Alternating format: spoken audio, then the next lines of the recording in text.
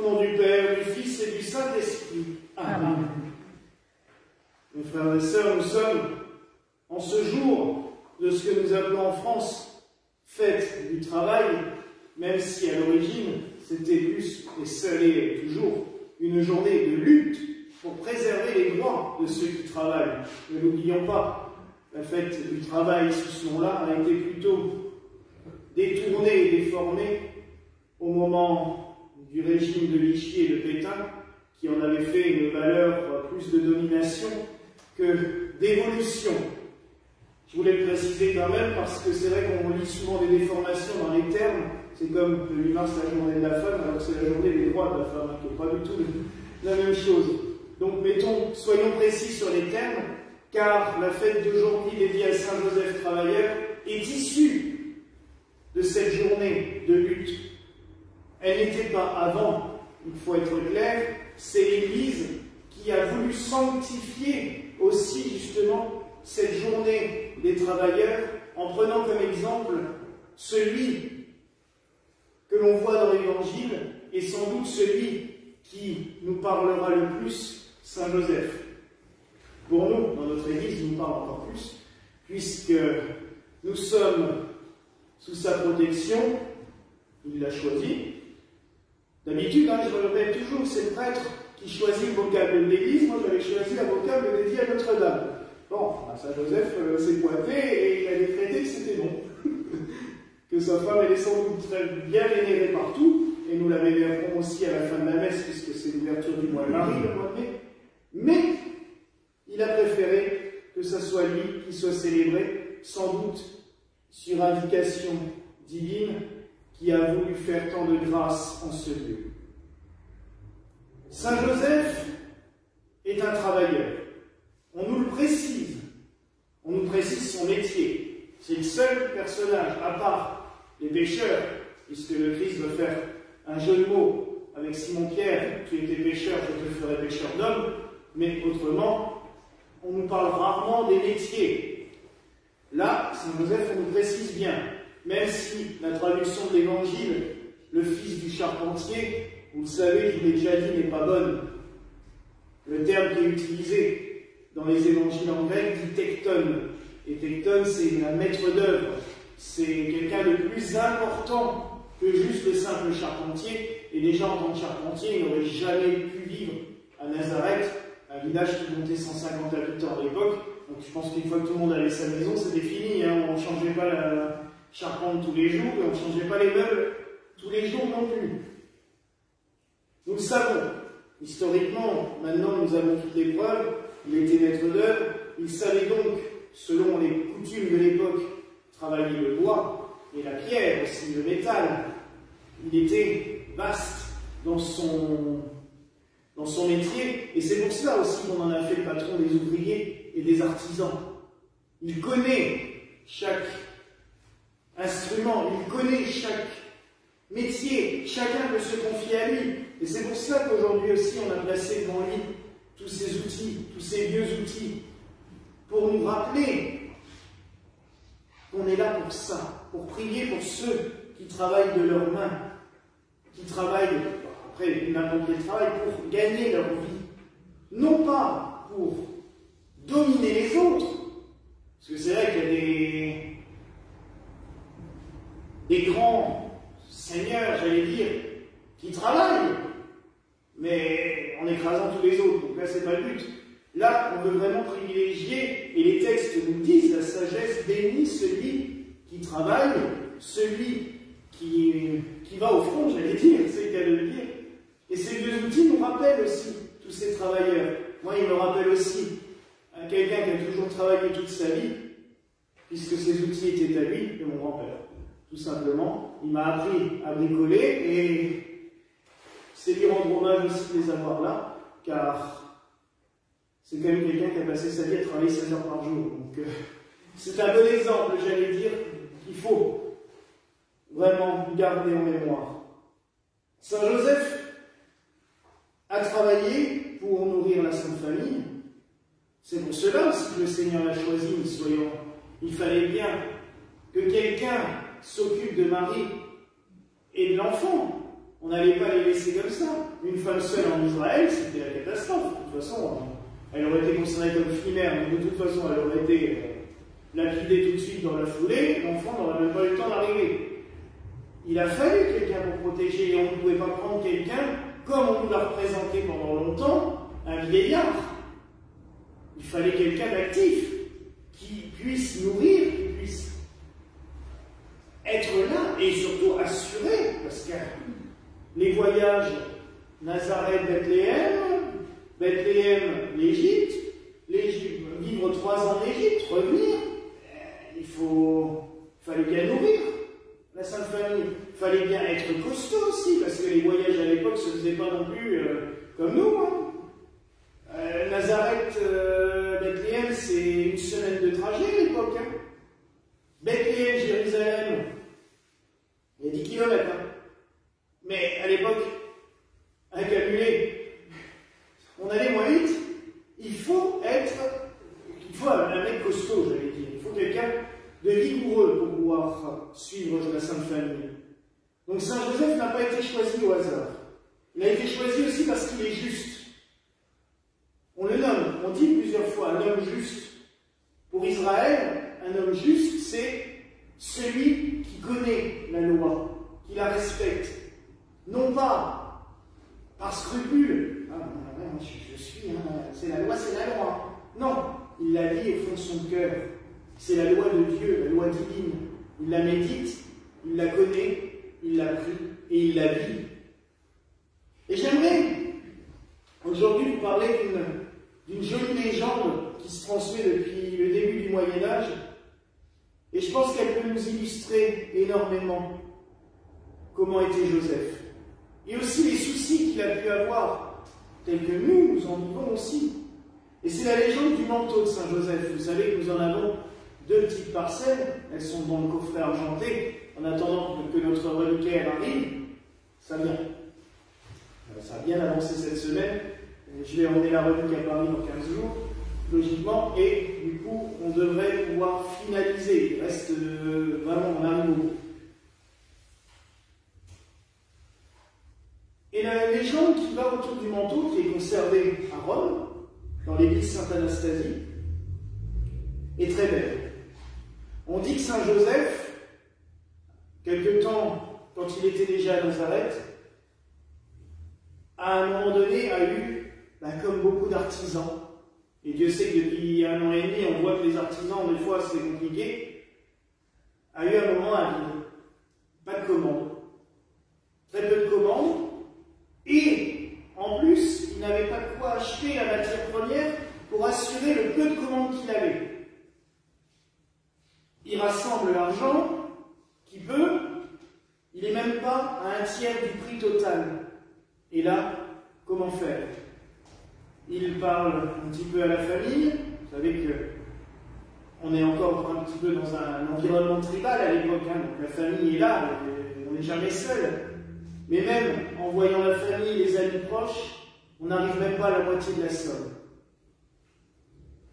Et Marie lui dit, vas-y quand même, va le chercher. Alors il va chercher le bois du côté des monts d'Hébron. Il arrive, et le vendeur de bois est un homme exécrable.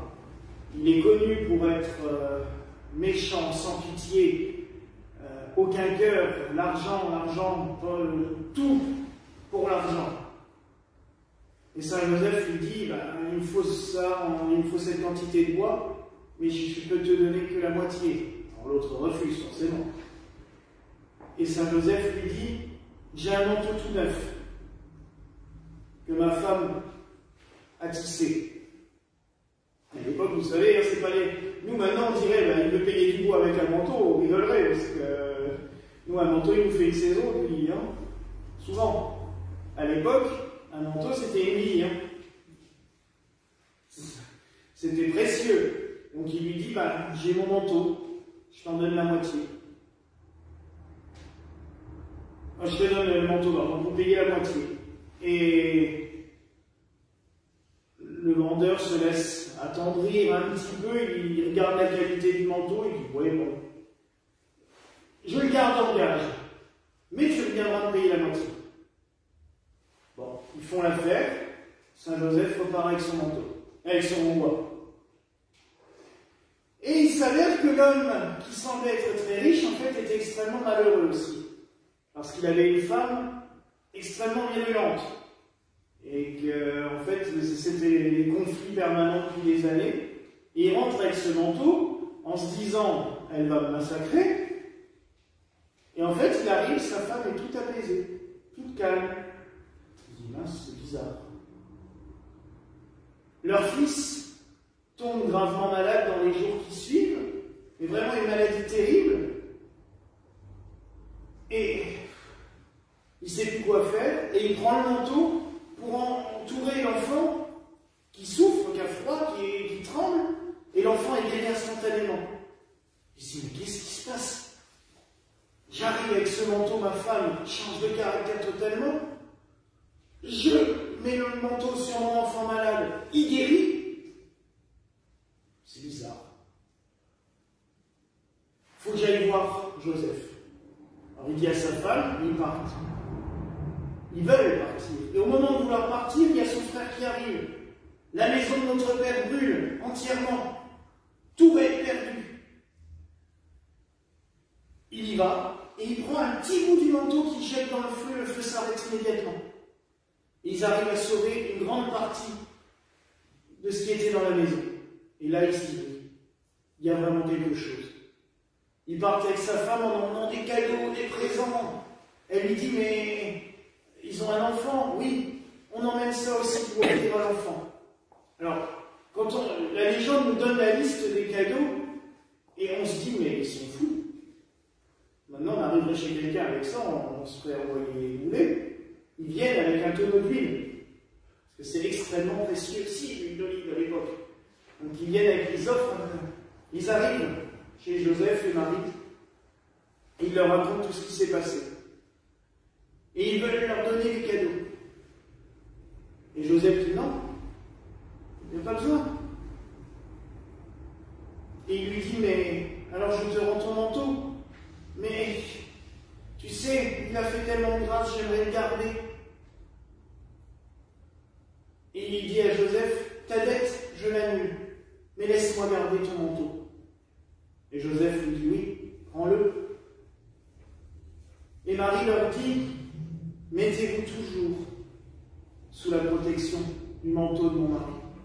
Il vous protégera toujours et partout. On ne sait pas comment le manteau a continué, où il est passé, par quel miracle il est arrivé. Tout ce qu'on sait, c'est que les analyses qui ont été faites à Rome montrent bien que le tissu qui est conservé est là, est bien un tissu tissé en Palestine, parce qu'avec les pollen, on arrive à le savoir, il y a 2000 ans. Donc ça, au moins, on en a la certitude. Qu'est-ce que nous pouvons retenir de cette histoire? Que le travail fait avec le cœur est toujours récompensé. Toujours.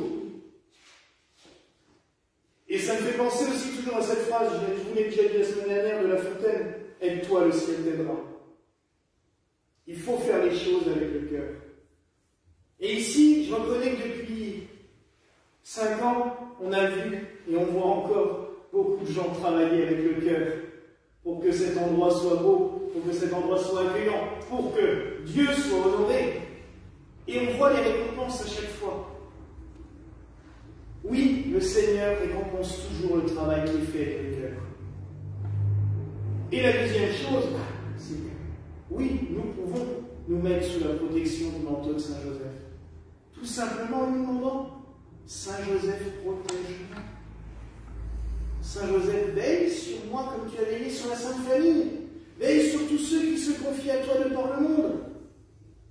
À la fin du XIXe siècle, on a construit des centaines d'églises dédiées à Saint Joseph dans les quartiers ouvriers. Malheureusement, c'est les premières qui sont détruites maintenant.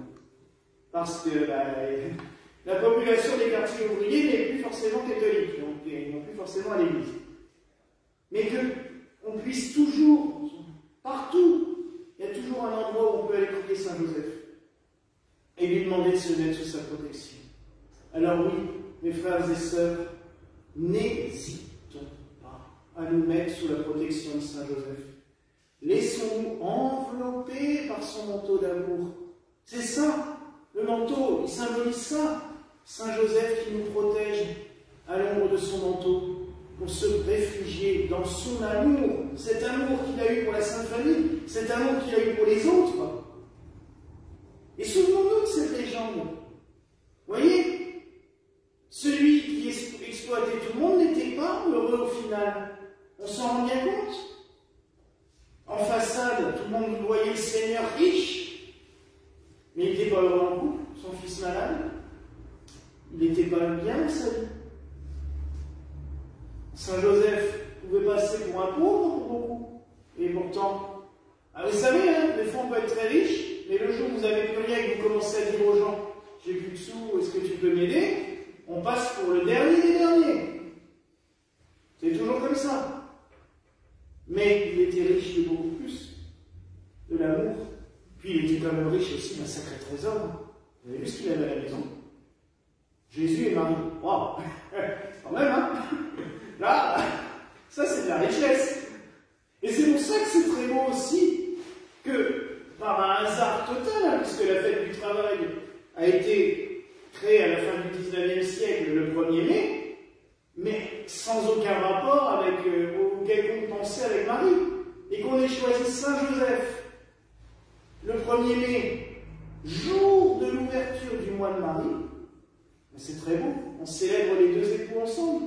Et on les célèbre par quoi? Par la messe, où leurs fils seront présents et s'offrent à nous. La Sainte Famille est réunie.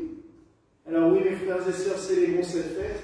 Prions pour tous ceux qui travaillent par le monde, pour gagner leur vie, pour vivre tout simplement. Tous ceux aussi qui travaillent et qui sont malheureusement exploités, qui ne peuvent pas vivre leur travail. Et aussi pour que toutes et tous reçoivent dans leur cœur cette protection bienveillante de Saint Joseph que nous célébrons ce jour. Voilà la grâce que je nous souhaite au nom du Père, du Fils et du Saint-Esprit. Amen. Et que la paix du Seigneur soit toujours avec vous. Et avec ton esprit.